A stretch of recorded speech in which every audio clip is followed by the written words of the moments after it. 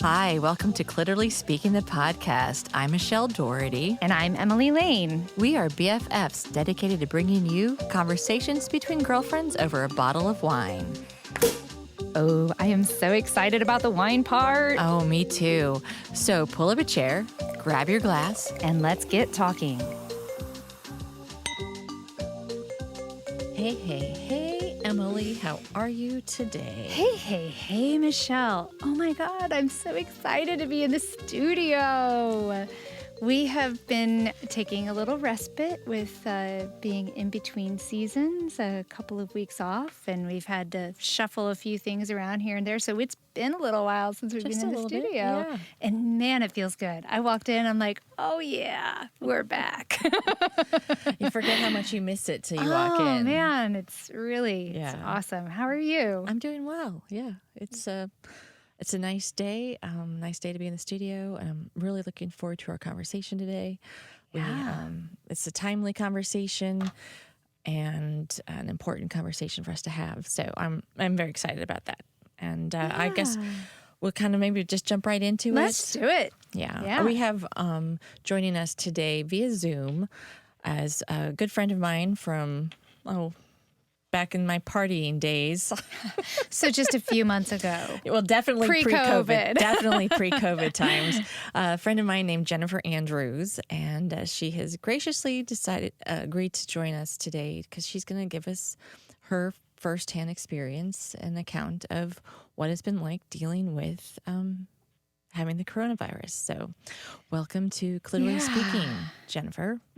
Thank you. It's good to be here. It's a little different than just sitting around drinking vodka and Red Bull or vodka iced tea or vodka.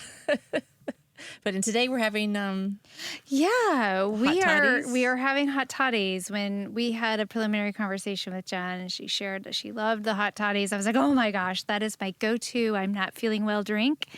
And so I thought, let's join her in spirit and pour some hot toddies for this conversation. So cheers, ladies. Great. Cheers. Yeah, Great. here we go. Let's just, It's very tasty. It's very festive. Which is a counter idea to thinking this is this comforting drink to help us when we're sick. Like it feels like you're at holiday soiree. Yeah. It's really smooth. What tea are you using? It's a blend I was of a black tea and a peppermint tea. Okay. And then, brandy and fresh orange juice, honey, Yeah. If I didn't have any sniffles or anything like that, I might just go ahead and develop them just because I'm drinking hot toddy. So Something yummy. like that. Yeah. Anyway. What kind of panty is a hot toddy? Girl. COVID hot toddy. I would say probably, the biggest pair you got that you'll never show anybody in person, that you can wrap underneath all your blankets and your sweatpants and pretty much what, people have been wearing. You hike them up high. Hike them up high. You get comfy. They could be, dingy colored, because they were they pink? I don't know. They might have been gray. They could have been blue, but they're your hot toddy panties. I like 'em. Yeah. So I had talked with Emily about having Jennifer on the show when I was seeing the posts you were making on Facebook when you were in the hospital, and I was really I was touched by the honesty that you were just speaking, like, this is what's going on, people.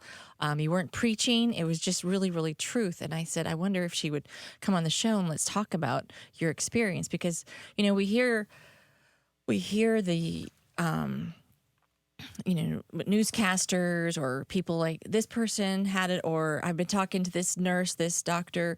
And sometimes we just need to hear from somebody that's like us. Somebody who, it could be you, it could be me. And so I'm just think it'd be pretty powerful to share this experience with our listeners. I agree. And I want to just add a sentiment here too. When Michelle shared the story and your experience, Jen, it's so varied, the experiences that we're hearing. And, I was so, again, moved by your honesty about it and vulnerability and sharing your perspective on all different layers. But I think I was really shook because, we hear like, oh, my experience was just like a cold or various I thought things, it was we're here. allergies. Right. And you have like this other completely different inside look, coming at it from, this a completely different perspective of, wow, this is It this needs is to the be other taken side of it. seriously. It Right. really does. And I think if we hear, people are like, oh, it's just, you'll be down for a few days and you'll bounce right back. You may not take it as serious as you need to. And, the vaccine is out. People are getting the vaccine, but it's still important to hear these stories, to remember every day to put your mask on. But I'll stop Yeah. preaching. Soapbox is gone. I've stepped down. And Emily asked you before we started that how long you've been dealing with the like when. Let's just start Symptoms. from the beginning. Like, when did you know you had COVID, and what happened? Well, I didn't really even know that I had it to start. I had one symptom and one symptom only that I didn't even think about it being COVID. And I went to urgent care for that symptom, and it was just tightness in my chest. I didn't have a fever. I didn't feel bad, but I had this weird tightness in my chest that kept getting worse. I didn't have a cough, nothing. And so I went to urgent care, and they scanned my lungs. I have had history of blood clots before, so that was my concern. Okay. And my lungs were perfectly clear. So that's when they decided to do a COVID test, and I was positive, and I was completely shocked. Wow. That was October the 9th or 10th-ish. And mild case, go home, take care of yourself, and that's what I did. And I don't know how far forward you want to go, but sure. I was pretty okay. I really was okay for probably about 5 days, 6 days. At home. And then at home, and it was all downhill after that, really fast. And you had been one of the hyper-conscious, very diligent prior to that. Do you have any feeling about how you got it? I think that everybody wants to know how you got it. I don't know that if you ever really can know how you got COVID unless you're 100% in the house all the time. Mm-hmm. I don't know if you can really ever know. I work from home 100%. I don't even go grocery shopping. I occasionally have to get gas in my car. Maybe I got it at the gas pump, but I do have a lot of doctor's appointments. And so my best guess is at one of those appointments, maybe walking, riding in the elevator. I don't know. I really don't know. Yeah. So 6 days after you were diagnosed, things went downhill pretty fast. What could you tell us more about that? Right. So that's when I started getting all the symptoms, the symptoms that we all know about. But I will say that I have never lost my smell or taste. And I never got a sore throat, but I did get everything else. So it started with a fever, primarily was my first clue. I was like, oh, shoot. And I kept watching my fever go up and up and up. It went as high as like 101.8, I think was the highest that it went. But for me, someone who I never have a fever, even when I'm the sickest of sick, which I don't know if that's a good thing or a bad thing, but I had a fever. So that was a shock to me. And then I started watching that. But then also it became harder and harder to breathe for me. That's and scary. My lungs were clear per scan. I was fine. Why am I not able to breathe now? And so I got the pulse oximeter thing that you put on your finger. And my doctor was coaching me pretty much every day, all the way. He was keeping a great eye on me via Zoom and all of that. But that's good. He said, just keep an eye on it. And he said, if it goes below 90, then you need, and it stays there, then you need to go to the emergency room. So I'm checking it, check it once a day. All right. I'm checking it once a day, but I am really starting to struggle here. So he says, okay, check it a couple times a day. Okay, so I check it a couple times a day. It's still, low 90s, but I'm struggling really bad. Okay, check it every hour. So I check it every hour, and that's when it went down very fast. If I got up and walked around, if I took a shower, if I did anything, it would go into the 70s. Ooh. And it was really hard for me to breathe. So that's when I decided to go to the hospital. Normally, we're at 100% on those, like a healthy person. Are we at 100%? You should be, but 98 to 100 is good. I'm usually 96. So okay. But this was significant and scary. And then did you call an ambulance? I mean, how did you decide to go, or did your doctor say go to the ER? I decided to go. My oxygen it only went below 90 when I was moving. If I was sitting, it would hover around 91, 92, but I was just struggling so much. I knew something was wrong. Mm-hmm. But then it became the question of, okay, so I've got COVID. I know I have it already. They told me I did, and I need to go to the emergency room. That's 20, 25 minutes away. How do I get there? I feel like crap, to be honest. Yeah. I can't breathe, but I have COVID. I can't call anybody and say, hey, let me ride in your car with COVID, Yeah. And then honestly, I thought about calling the ambulance, but then I guess I didn't realize how bad it was, because I thought, well, they're going to give me some medicine or something and send me home. How am I going to get home? And from the hospital. Yeah. So I waited for a fleeting moment, a very fleeting moment, when I had enough energy to get up the stairs. And that's when I took myself to the emergency room. And were you I was just like, were you just freaked out and scared the whole time you were driving? Or I would have been. I don't really remember getting there. I think I got there on a wing and a prayer, honestly. Yeah. And so you were admitted, weren't you, at that point in time? I was admitted pretty quickly. And I remember hearing a little bit about this experience in our first conversation, and just kind of the loneliness of this. Like you talk about, like, okay, I'm not going to ask a friend to take me to the ER because, you don't want to infect them. And now you're in the hospital and you're getting checked in. You were already visiting your doctor via Zoom. Like, what is the experience of, do you still get contact with people? And what is that like? And how do you feel throughout that interaction? So, yes, it's very lonely, because I think automatically when we're sick, we want somebody to help us and take care of us, or bring us some soup, or, something. Rub my back. Yeah. And you can't do that. And so, it was pretty daunting just getting myself to the hospital. And then, they, even back then at the beginning of October, they admitted me, but they didn't have a bed for me.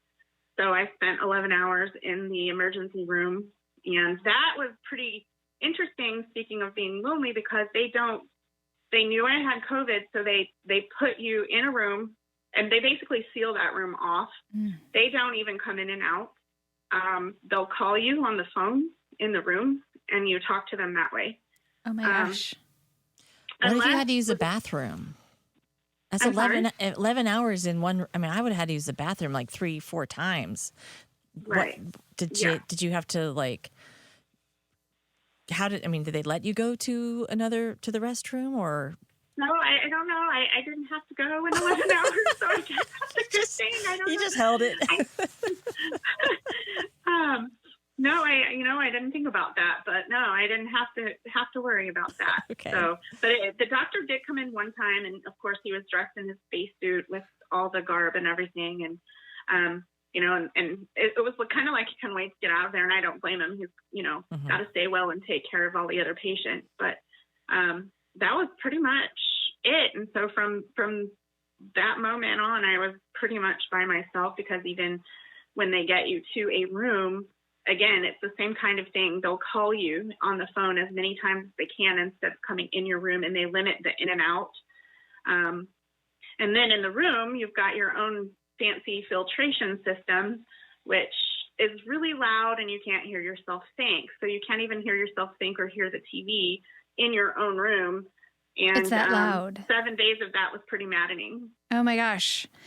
Okay, so if you have the wherewithal to bring like noise canceling headphones, and if you're in that situation, do it. But my goodness, I wouldn't have known that the filtration system was so loud that you wouldn't be able to hear a TV. Because they're trying to constantly have you with fresh air, right? So they're taking your air. They're sucking the air. Zero gravity, I think, is what they called it, or something. So it sucks the germs and the air out, trying to keep it as go? Where do they pipe it to? Outside. So there could be a whole wing of the building with COVID being blown out of it. How does that work? No, so it's at least it's further than 6 feet away, so it's fine. I think if you go to the hospital now, you'll see on the outside, if you pay attention now, you'll see these pipes on the outside that they go somewhere. I don't know where they go, but that's the air coming out of the rooms, and they're going somewhere. I don't know. Yeah. Yikes. That's it's probably an X-Files episode waiting to be written of what they do with the COVID air. So you, what did you feel like when you drove yourself to the hospital and you walked in? I mean, you told us on our pre-interview that it was pretty scary. Well, it was scary, but also, mind you, I can't breathe, and I have to park my car and walk to the emergency room door. And I'm thinking, how am I going to do this? I don't know. And they even had the handicap spaces blocked off, so you couldn't even get that close to the building. So that was the part, I think, that scared me the most, because I already can't breathe, and how am I going to get? It's so close but so far. Yeah. How am I going to get there? And I did have to stop a couple times, and I finally made it to the bench outside the front door, and I had to sit down and breathe before it even went in the door. I was that close that I couldn't. I had to sit down again and wait. So. Were you ventilated? I'm sorry? Were you ventilated? I was not. Mm-mm. Yeah. So was it supplemental oxygen, or how did they help you with your... Sure. Yeah. During the stay, I got as high as 8 liters of oxygen, which was pretty high. And they did give me the plasma infusion with antibodies and the remdesivir infusions for 5 days. That I truly believe saved my life. I don't think that I would be here. I don't think I would. They said that my lungs looked like they were filled with shards of glass. So I had the shards of glass type of pneumonia with COVID. That's different than regular pneumonia.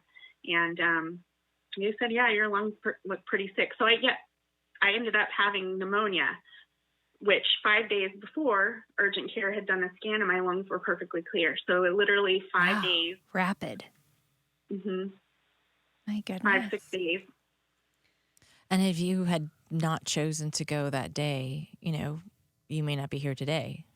If you had, it's almost like you couldn't wait any longer. And if, sometimes we, as I'm going to say generally as women, sometimes we just like, I'll wait a little bit longer.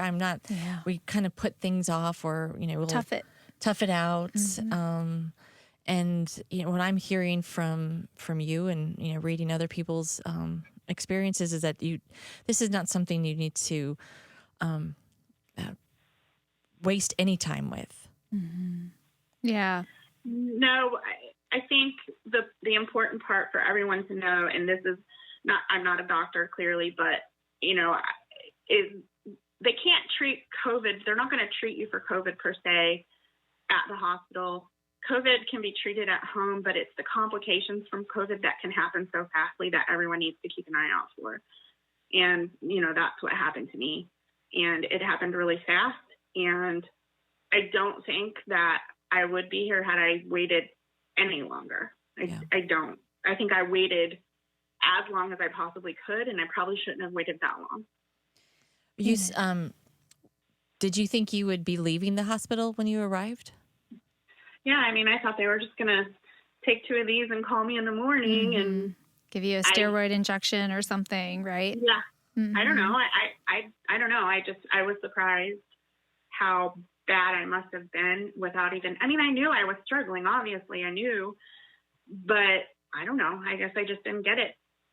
And when the hospitalist offered me the infusions, they hadn't even been approved yet by the FDA. Now they are, but at that time they weren't approved. But apparently WashU had been using them for some time with some success, and they felt, enough about it to keep offering it to the patient.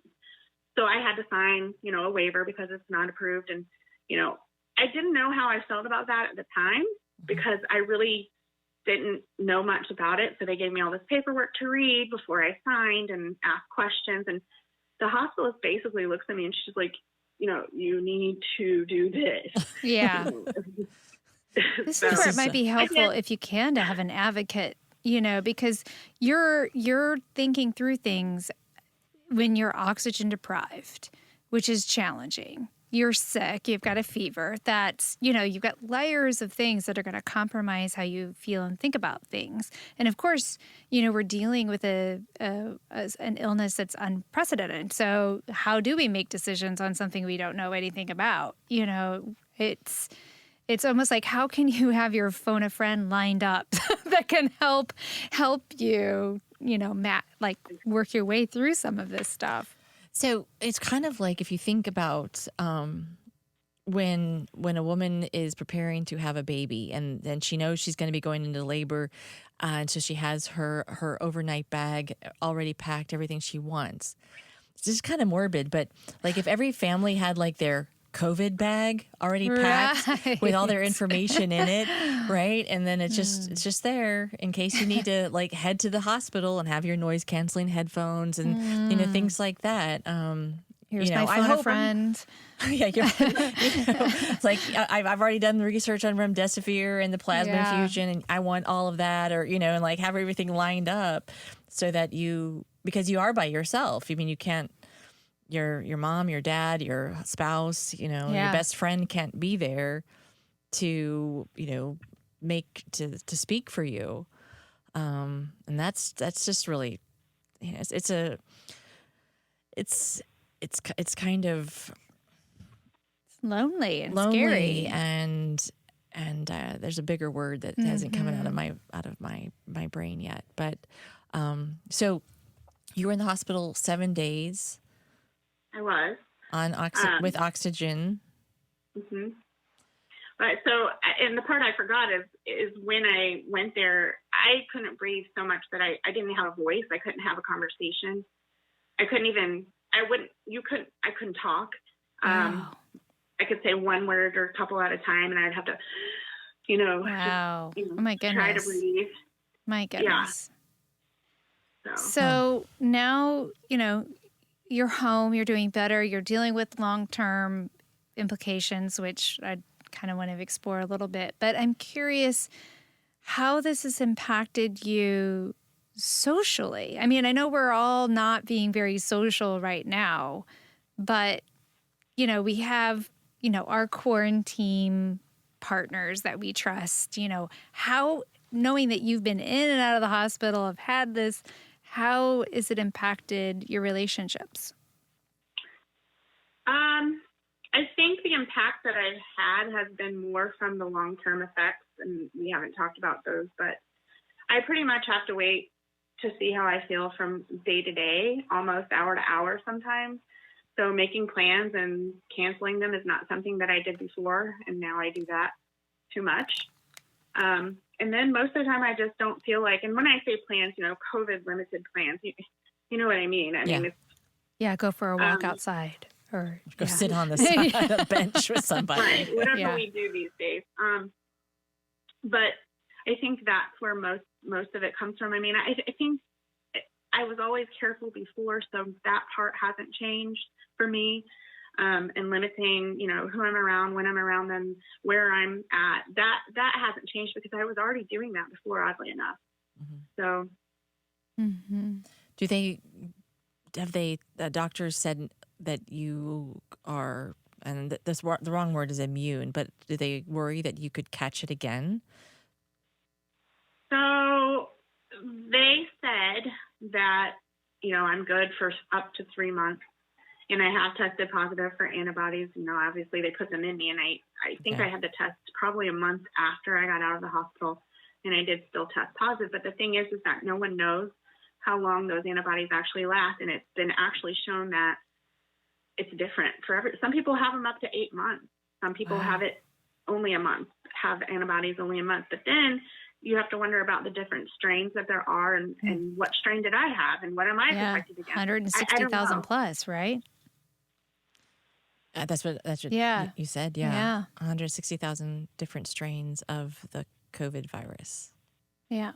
Which would explain why some people might say, oh, it was just like allergies, versus somebody that ends up with shards of glass pneumonia. Yeah. I mean, some people, not to make light of it, but there are people that do just have a cold and it goes away. And, and there's probably more people like that than like me. But considering the fact that I wasn't out in public, and for the most part, and I still got it, and I ended up like that, thankfully it wasn't worse than that. That was bad enough. Thankfully I didn't end up intubated in ICU. I was on the ICU floor, and it freaked me out when I saw that, when they were rolling me through the hallway, and I saw that they were putting me on the ICU floor, but I wasn't in ICU. But, it could, you just don't know how it's going to affect one person to the next. And I know they said, younger or older people are more susceptible to severe cases. But there's plenty of healthy younger folks that are getting these severe cases as well. So people just really need to be careful. And that's why I've been posting the things that I do. I'm very aware of what I post on social media. I want you to know what I want you to know is basically what I do. But I've been pretty honest and open about this because I want folks to know what the possibilities are, what could happen. It happened to me. Yeah. Yeah. Well, I have a friend whose 25-year-old niece has been intubated in the hospital, and she was, a healthy young woman. And, right. So fortunately she's off the ventilator as of today, as of recording today. Oh, good. But it was probably 4 days that she was on the ventilator at 25 years old. Yeah. I know a 19-year-old that passed, so like you're right. And this is a young, vibrant, healthy girl, so, it hits home when you know someone right? Who's been there. Yeah. I mean, my 21-year-old had it back at the end of July, and, we quarantined him in the room, and we didn't go to the hospital, but he said he thought he was going to die. He thought it was like the worst feeling he's ever had. And every day he does like a little survey of his body, what feels right, what feels out of sorts. And since then he has gotten a cold and strep throat. And since so he's having dealing COVID, with a weakened immune system right now, for sure. And I'm like, you just, will he? It'll just be interesting. And he's 21, and what kind of long-term effects is going to have on his body? And right, we don't know. I remember reading one article back in the spring about them thinking that the coronavirus can affect fertility in men. Will that affect Jacob's ability to have children in the future? I don't know. We don't know. Well, let's take a real quick break, refresh our hot toddies, and then we'll come back. We'll talk about some of the long-term effects that you're dealing with, and go through possibly, some tips for people to be aware of, or how to, I guess, manage if they do seem to be faced with something like you've been faced with. So Sounds good. We'll be right back.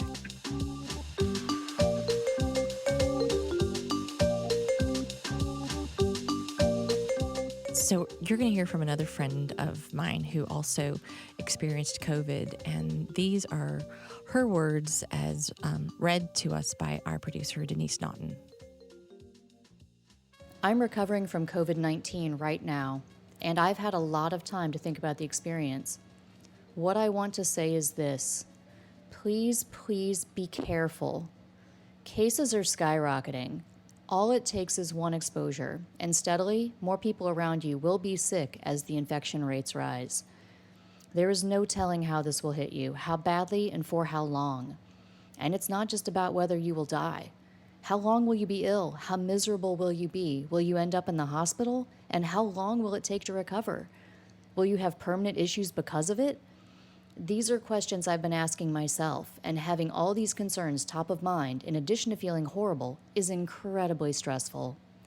My story? I've been very careful and followed all recommended precautions: masks, social distancing, hand washing. I caught this at a medical office while I was having glaucoma tests. I'm not normally an angry person, but I felt a lot of anger that I've been so careful and I got sick anyway. I've also felt a lot of anger at people who are calling this a hoax and not worried about spreading this. I have no real risk factors other than my age, 51. I take excellent care of my health. I get the flu vaccine annually and rarely get the flu. This is not at all like the flu. Today is day 27, almost 4 weeks in. I'm past the point where all I could do was sleep. My fever finally ended last week, and I'm no longer coughing all the time. I'm also past the really scary week where, as I watched my pulse ox drop, each day I wondered whether I would need to go to the hospital. I had one friend lined up to care for my dog, and another, who already had COVID, lined up to drive me. Now I'm dealing with extreme fatigue and brain fog. I don't know how long before I'm back to normal. Next week, next month, next year? And I'm trying to work a little, but I have trouble focusing for more than an hour at a time, so that's a challenge. I miss my brain. I'm extremely fortunate to have a good job where I can work from home and an understanding boss who wants me to do what I need to recover. I know there's a lot of pandemic fatigue going on, and we are headed into colder months where it's harder to socialize indoors, and the holiday season where we all want to celebrate together. I know it's easy to think that just one time, just one event, just one person will surely be okay. And it might be, but that's the kicker. You don't know. And if you're wrong, the consequences can be deadly serious for yourself and the people you care about. This is a crazy, unpredictable virus. Please be safe, my friends.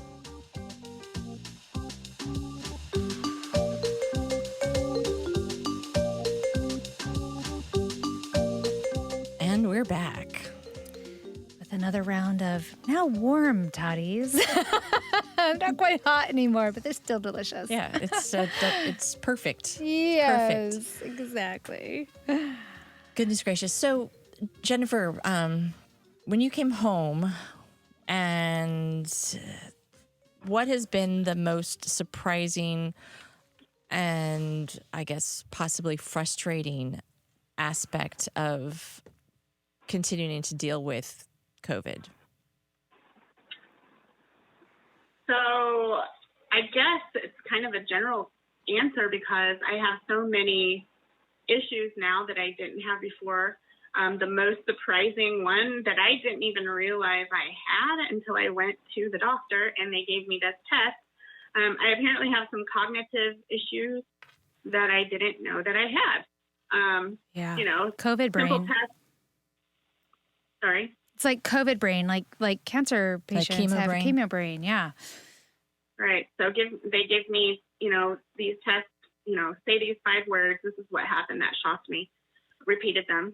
He gave me 5 words. I repeated them again. Then we went and did 2 other tests, maybe for a total of 5 minutes. And then he goes, remember those 5 words that I gave you? What were those words? And guys, not only could I not remember those words, I said, we did what? Oh, wow. And they said, yeah, remember I gave you 5 words. You repeated them. And then I just kind of went through. He's like, well, one of the words was a color. Do you remember? I'm like, I can name all the colors, but I don't remember doing this at all. I mean, obviously I did because you're telling me and I'm here, but So he's like, yeah, I bet you could remember something from your childhood or, but I can't remember things apparently. I argue with my GPS now. I don't think it knows where it's going. Clearly it does, but I get completely disoriented. And why is it sending me this way? I should be going south, not north. Wow. But I'm going the right way. And I got lost 5 times on the way to get my hair cut the other day, and it's on the same street that I live on. Oh my gosh. Those things are happening, and that's shocking. And it's not frustrating. That part isn't frustrating to me, but it is shocking. Oh, Do they, I guess, asking this question is like, asking somebody to look into what's the ball? I don't even have, crystal ball? The crystal ball. I don't have COVID Magic brain, ball. but I certainly can't come up with the words. Residual chemo brain, 8 years later. But looking at a magic crystal ball, like, will it get better? And that's the thing is they can't answer that question. They don't know if it'll get better. Will it go away? We don't know that yet. They don't know. And so I am going to this long care COVID clinic that are treating people that have long-term effects. And that clinic has opened for that reason so that they can follow these cases. I'm going there for a year. I go once every 3 months, but I have many tests and many visits in between with different specialists. So WashU has a long-term care COVID clinic. And it's been very helpful because I'm learning from people in other states that their doctors aren't believing them, I guess, whenever they say they've got these things going on now that they never had before. So it's a good thing to have. Are you feel like the guy in the movie Memento where you have to like write yourself notes and place them around the house? Yeah, my phone is my best friend. Everything goes in my phone or I don't remember it. Yeah. Yeah. Do you have animals in your life? What happened, if so, when you went away for a while? And how are those poor babies? guys. I have 2 little cats, Jesse James and Dirty Harry, Oh, Andrews, and they just, I got home and they were sick. oh poor babies. They were very pitiful and very sick, and they actually both had a respiratory virus. So COVID? Interesting. The vet doesn't want to say that, but I think it's pretty coincidental. Oh my That goodness. they've never had, something like that. So. And how are they doing? Do they remember they're getting ready to get up and eat? They don't seem to have any long-term effects. They love their food. Do they check their little pulse oximeter, every day, like put their paw in? Oh, little sweeties. Yeah. So we went to the vet, and that was something that I'm dragging. I had to have somebody come help me get them in the car. I had to have the people at the place help me get them out of the car because I had my little oxygen tank because I was sent home on oxygen. And I still had to wear 2 liters of oxygen when I was home, especially if I'm walking around. How long does that last? The tank? Yeah. It depends on what tank you have. That tank, it tells you, depends on how many liters you're on, depends on how long it lasts. A day, a week, 2 days? How often are you burning through a tank? Yeah, so 2 liters would probably have lasted me about 4 hours, I think. Oh my God. Yeah. Wow. Are you still on oxygen? I am not. I got rid of the oxygen about a week and a half ago. They came and picked it up, and I said, good riddance. Oh my God. Congratulations. I probably still need it when I'm doing activities, which could be something as simple as, again, taking a shower. My oxygen does kind of go down around 89, but it comes back up really quickly. I have a pulmonary function test this week, actually, so they're going to be looking at all of those things to see what's up. I had to wear a heart monitor, and I got some test results back from that. My heart has apparently been affected greatly, which I never had any heart issues at all whatsoever before. I have the lovely disease where your hair falls out. Oh, and alopecia? Telogen or fluvium, something like that. So it's your body's reaction to trauma. And that's now just happening. Yeah. Yeah. Oh. There's several people, I mean, hundreds of people. I belong to this COVID long support group. And hundreds of people that I've seen pictures of, they've lost 80% of their hair. Oh my goodness. And it usually happens about 3 months after is when the turnaround time is and the worst time is, but then it does grow back. Okay. So don't know how long it's going to take or how bad it'll affect me. It's affecting me now already. And it is. Can tell. Yeah. But it is what it is. You know, I'm here and I can breathe. And Yeah. it's okay. When I had chemo, my hair thinned out quite a bit. I never lost it completely, but it was very, very thin. And then when it started to grow back, I would put my hand on the top of my head and I could feel all my little baby hairs trying to like stick through like a little stubble. And it grew back like brown and curly. And I was like, oh, this is awesome. I have brown curly hair for 3 months. And then it went straight back to, you know, bone straight. Right after I bought like product for curly hair. Of course, that's all it took. And then it went straight. So yeah, so I can identify with that feeling of your hair just coming out or thinning and like not without any explanation. I even lost it on my eyelashes. Oh, yeah. But I didn't know that the eyelashes were gone. I just thought I had really, really shitty mascara. I was like, oh, I just can't. Gotta love that hope, that little bit of hope. This is just shitty mascara. I kept buying more and more shitty mascara. Oh my gosh. Well, I appreciate hearing about your insight with this, and you know, it's humbling to really hear it. It just makes, I mean, we've been practicing great caution since the onset of this, but it's kind of this good reminder as we are in this season where we're wanting to see everybody. We're tired of not being around our friends, and there's a little bit of a backlash to that. Like people are starting to get a little more reckless as a result of it, yet our numbers are still on the climb. So it's a good reminder of how important it is to be careful, not just for us, but the loved ones that are around us. Well, it feels to me like the circles of people being affected that I know, right? Before it could be like 6 degrees of Kevin Bacon, right? Yeah. Now we're more like, 1 degree. Yep. 1 degree of connection to somebody who has been affected. And then that circle, there's many, you can just turn around left, right. Somebody in every one of your friends groups, you're going to be connected to somebody. Yeah. And that's frightening and sobering. And also very frustrating when I do see people, especially in like public areas. I mean, when you're in your home, you're in your car, you're by yourself in your office and you don't have a mask.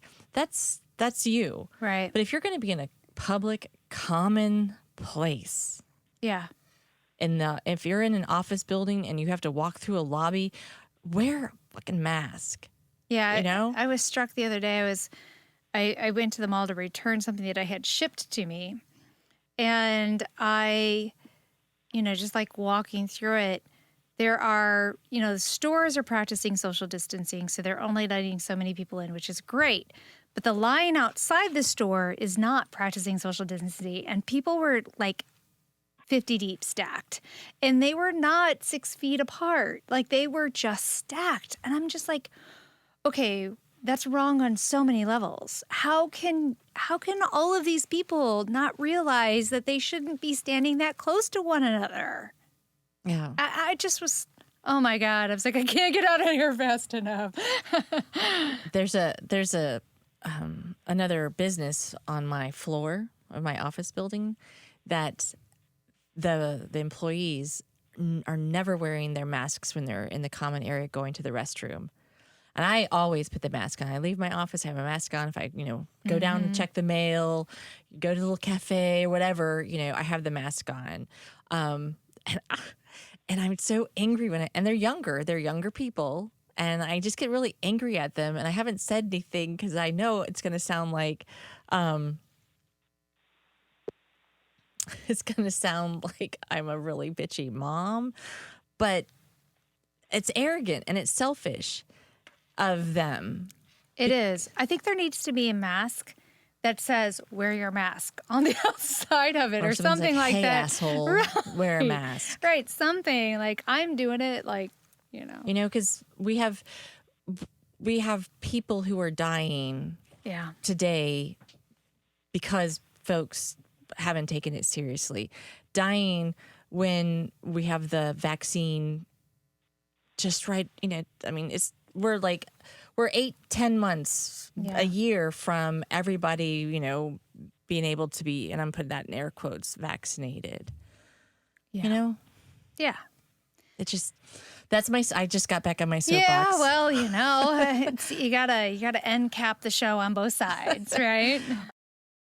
So if you could tell people and if you gave them like the top 2-3 things, what would you want the takeaways for our listeners today, Jennifer? I would ask that people, like you've mentioned, take it seriously. It can progress, and you don't know if you get it that you're going to be one of those people that gets it really bad or that doesn't. And so why take the chance? Why would you do that? I don't know. So just take it seriously. Wear your mask, even if you don't like to. It's not fun. Nobody likes it, but just, wear your mask. And if you do happen to get it, watch your O2. That's very important, and that's what I've told everyone. That's the most important. You can only treat the symptoms, but watch your O2. Watch your oxygen levels for sure. Okay. Well, will you keep us posted on how you're doing? Absolutely. If there's anything like, this is a brand new one, be sure to post, brand new issue that you're dealing with. We'd, of course, love to hear about it. And I hope that you start going up on the upswing and that these long-term side effects start going away and that you get back to as full health as possible. Yeah. So Thanks for glad you were sharing. well enough to join us today. And hello to your cat who's joined us at the very end. Yeah. Which one is this? Oh, that's Jessie James. Jessie. Well, Jessie, nice to meet you. Well, take care of yourself, Thank you Jen, so much, Jen. and we'll talk to you soon. All right. Thanks, ladies. All right. Bye-bye. Bye-bye. Ciao.